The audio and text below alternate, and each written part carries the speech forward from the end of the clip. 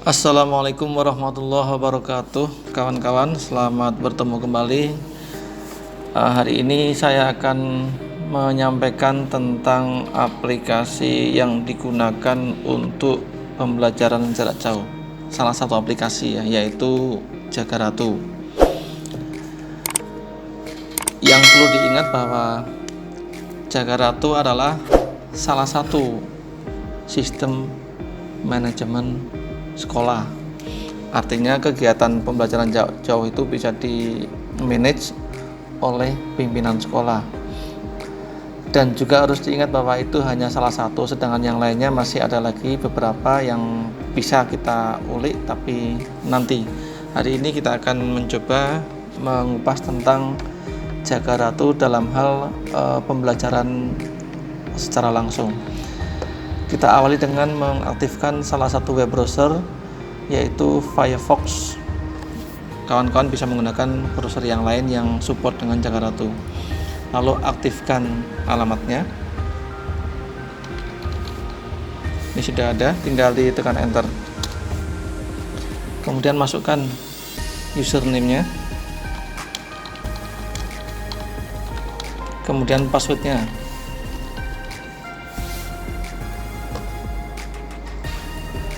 Nah, kemudian di sini ada menu pembelajaran. Pada menu pembelajaran ada submenu belajar interaktif. Disinilah kita hendak membuat rencana pembelajaran interaktif. Yang pertama harus dilakukan adalah kita membuat jadwal pembelajarannya dengan menekan tombol plus. Oh ya, sebelumnya ini sudah ada jadwal pembelajaran, dan saya akan membuat jadwal yang baru. Pilih mata pelajarannya, tentunya disesuaikan dengan mata pelajaran yang diambil oleh masing-masing guru. Lalu judul materinya adalah pengenalan komputer. Akan saya sampaikan atau akan saya rencanakan disampaikan untuk kelas 10 IPS 1. Kemudian metode pembelajarannya tentulah pembelajaran daring. Medianya bisa komputer, laptop, dan juga smartphone. Kemudian tanggal kapan jadwal itu akan disampaikan ke anak, ini harus direncanakan di sini. Ini hari, ini bulan, tahun. Karena ini hanya contoh, saya ingin menyampaikan misalnya untuk hari ini, hari Rabu tanggal 3 Juni 2020. Kemudian dimulai pukul berapa? Misalnya dimulai pukul 09.00, berakhir pukul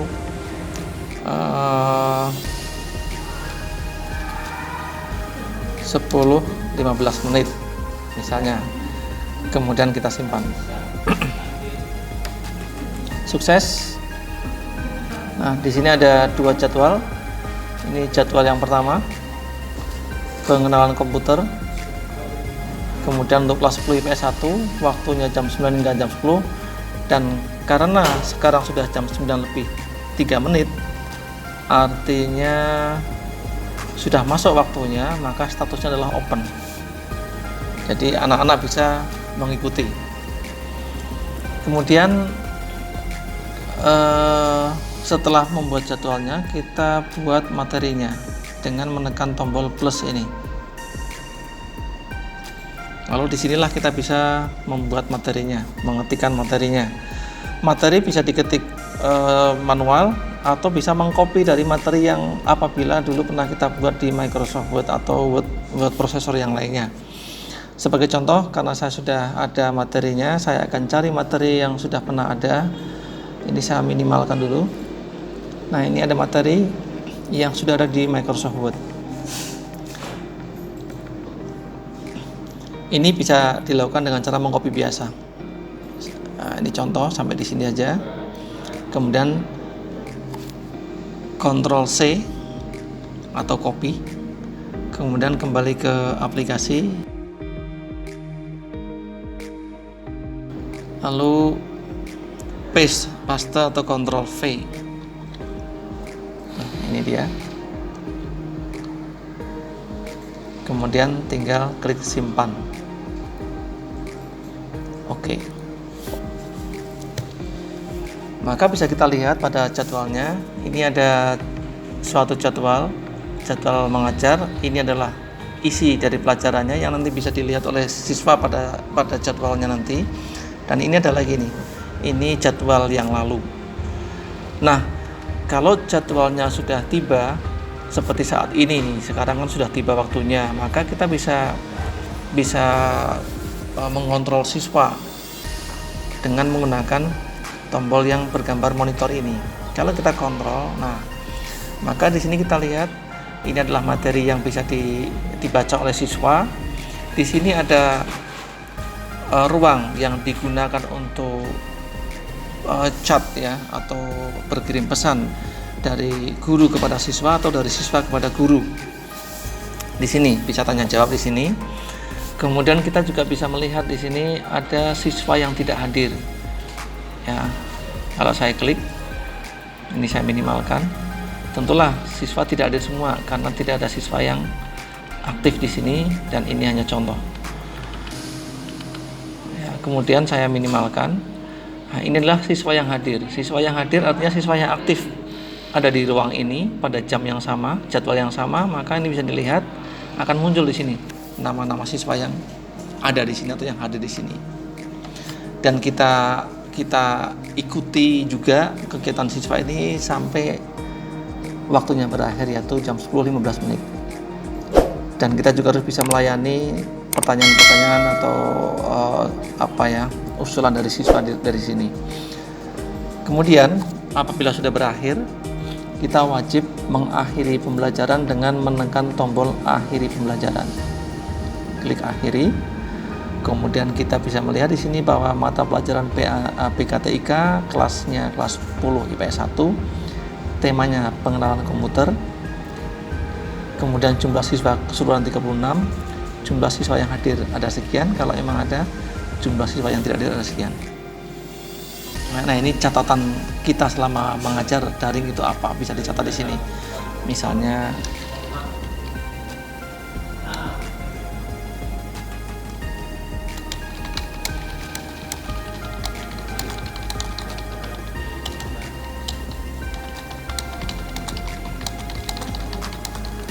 ini adalah contoh.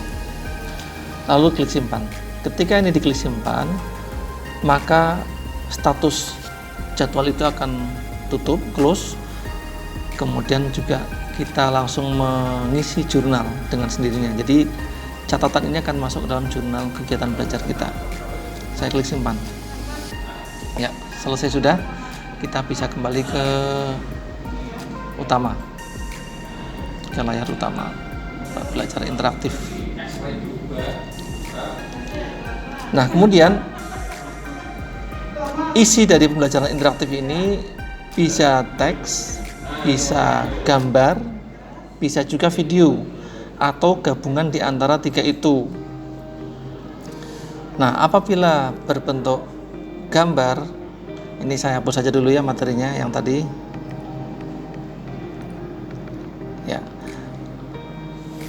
Nah, ini statusnya sudah close karena tadi sudah ditutup pembelajarannya.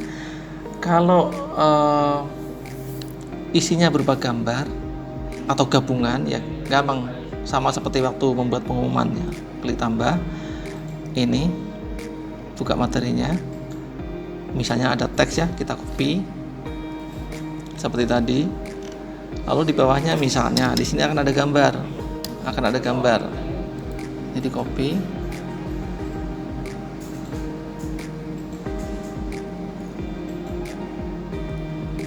Kemudian paste atau Ctrl V di sini. Nah, ini kalau bercampur dengan gambar. Ini kalau disimpan, sukses. Nah, maka hasilnya juga sama seperti pada saat kita membuat pengumuman. Lalu bagaimana kalau isinya berupa video? Nah, untuk yang video, nah maka kita bisa menggunakan cara ini. Saya hapus ya, saya hapus. Oke. Lalu saya akan membuat yang ini aja, memanfaatkan aplikasi Erapor bagi siswa. Ini akan saya membuat materi baru. Kemudian ini misalnya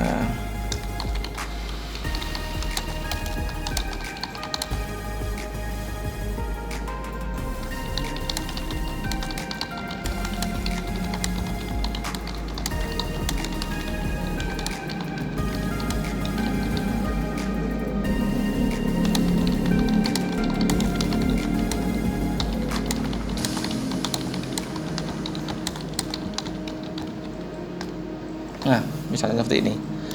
Nah, lalu di bawahnya akan diisi video. Untuk mengisi video maka kita harus membuka videonya.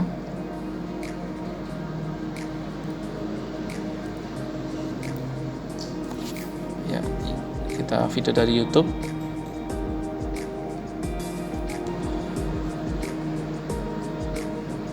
Nah, ini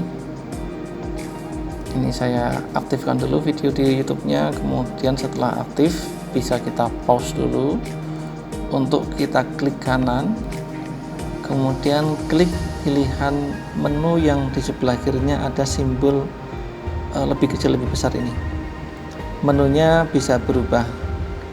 Jadi kalau kita menggunakan browser yang lain, menunya mungkin bisa seperti ini, tidak seperti ini.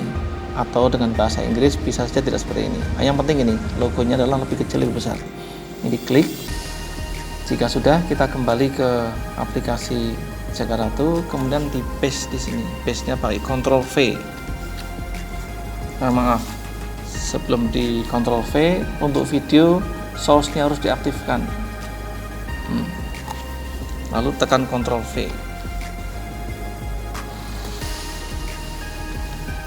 Setelah itu source-nya dimatikan kembali. Jika sudah, ini videonya sudah muncul di sini. Kita perlebar saja dulu layarnya agar mengeditnya lebih mudah. Jika sudah, usahakan video ini jangan terlalu luas tampilannya agar mudah dilihat di HP anak-anak. Maka ubahlah ukuran video ini dengan cara klik kanan di area video ini, klik kanan, kemudian klik iframe properties, kemudian ubah ukurannya ini. Nah, misalnya menjadi lebarnya 300, tingginya 170 misalnya ya, lalu klik OK. Nah, kira-kira sekian. Kemudian jika sudah selesai, layar editornya akan saya minimizekan kembali, kemudian saya simpan. Sukses. Nah, ini dia. Ini kalau anak-anak bergabung di mapel kita, maka akan muncul seperti ini. Anak-anak silahkan tonton video di bawah ini hingga selesai agar bisa memanfaatkan aplikasi e-rapor sehingga bisa memantau nilai rapor kalian dari semester ke semester. Maaf, ini hanya contoh materi ya, contoh materi. Lalu anak-anak bisa membuka video ini.